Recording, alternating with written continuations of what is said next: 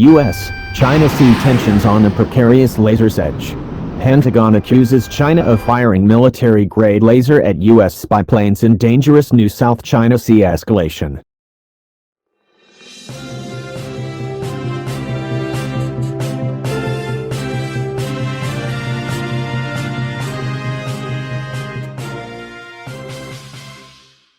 While global attention focuses on the fast-spreading COVID-19 epidemic, ratcheting US-China tensions in the South China Sea represents another rising threat to regional stability.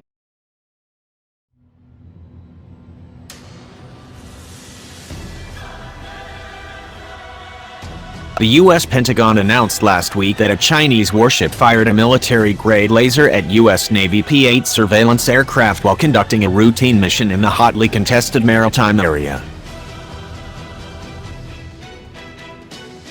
Known as dazzlers, such lasers can temporarily blind pilots by beaming powerful lights across vast distance and deep into aircraft cockpits up in the skies. China's Navy destroyers' actions were unsafe and unprofessional, the U.S. Pacific Fleet said in a statement. Weapons-grade lasers could potentially cause serious harm to aircrew and mariners, as well as ship and aircraft systems, the statement said.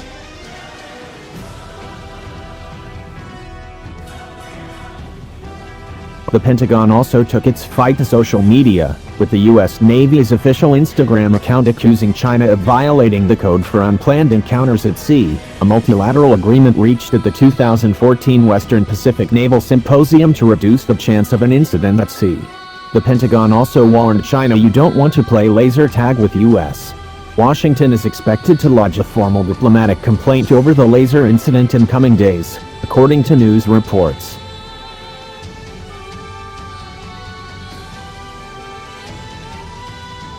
It wouldn't be the first time in 2018, U.S. officials warned pilots that a Chinese airbase in Djibouti may have targeted its planes with military-grade laser beams, resulting in Washington making a formal diplomatic complaint to Beijing.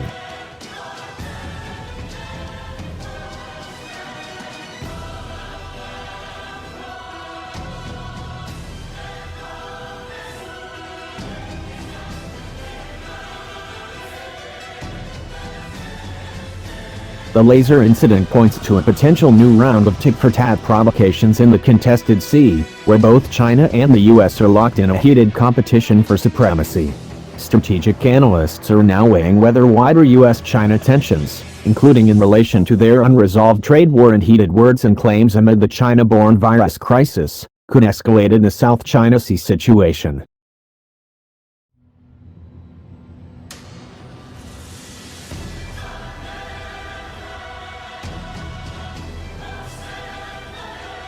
China's latest provocation came against the backdrop of ramped-up freedom of navigation operations, FONOPs, in the maritime area, including maneuvers that China claims violated its sovereignty over various sea features it has transformed into full-fledged islands.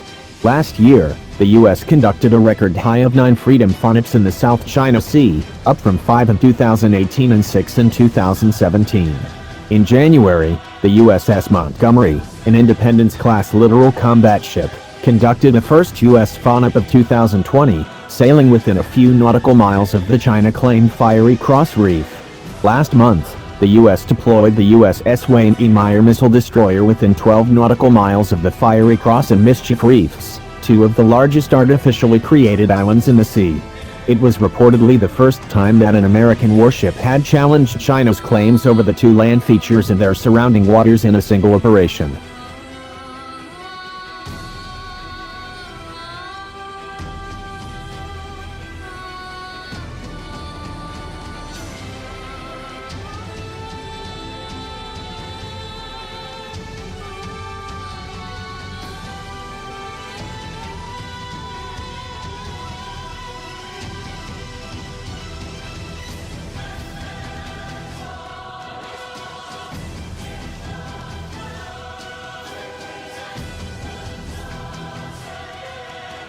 Colonel Lee Hurman, spokesman for the People's Liberation Army, PLA, Southern Theater Command, lashed out at the U.S. for acting as a hegemony, in ignorance of international laws and rules.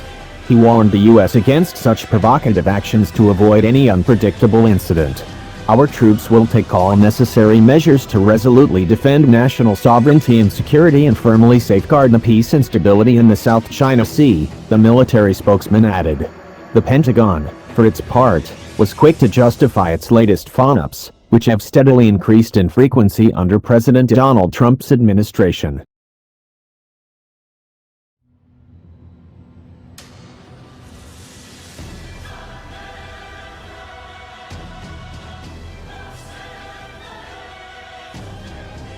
Rhianne Momsen, a spokeswoman for the U.S. 7th Fleet, maintained that all operations are designed in accordance with international law and demonstrate that the United States will fly, sail and operate wherever international law allows. Right double quotation mark. In July 2016, an arbitral tribunal at The Hague constituted under the aegis of the United Nations Convention on the Law of the Sea, UNCLOS, invalidated China's so-called 9-line map, which effectively lays claim to as much as 90% of the South China Sea.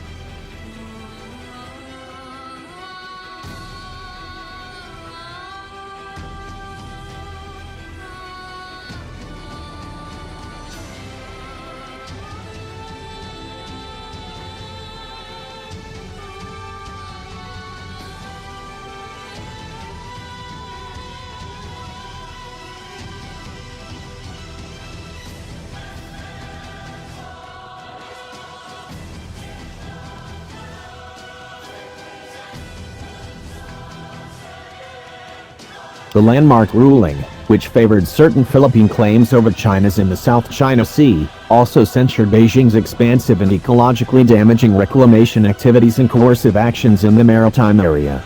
China has refused to abide by the ruling, which lacked an enforcement mechanism. The U.S., meanwhile, maintains that its FONUPs are consistent with the UNCLOS and the Arbitral Tribunal's international law-based verdict. By sailing within 12 nautical miles of the artificially created islands, the Pentagon is directly challenging China's ownership of the contested features and their surrounding waters and resources. At the same time, there are signs Washington is becoming increasingly worried by China's rapidly rising military might and the fast-rising cost of countering and containing its maritime ambitions. The stakes of the challenge of conflict with China are formidable, said Chad Sabragia, the U.S.'s Deputy Assistant Secretary of Defense for China. This is a long-term process. We have to be agile, smart. Testifying in February before the U.S.-China Economic and Security Review Commission, the Pentagon official maintained that the U.S. needs to build and deploy a more lethal, resilient joint force to counter China's rising military capabilities. Growing frictions with longtime allies are adding to America's strategic worries.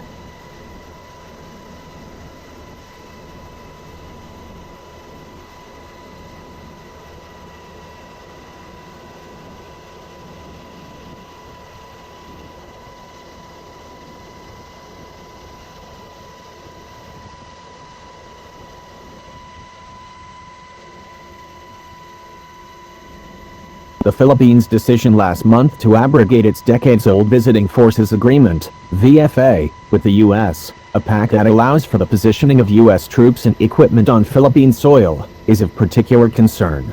The move, if indeed implemented by August this year, would significantly undercut America's ability to project power into the western region of the South China Sea.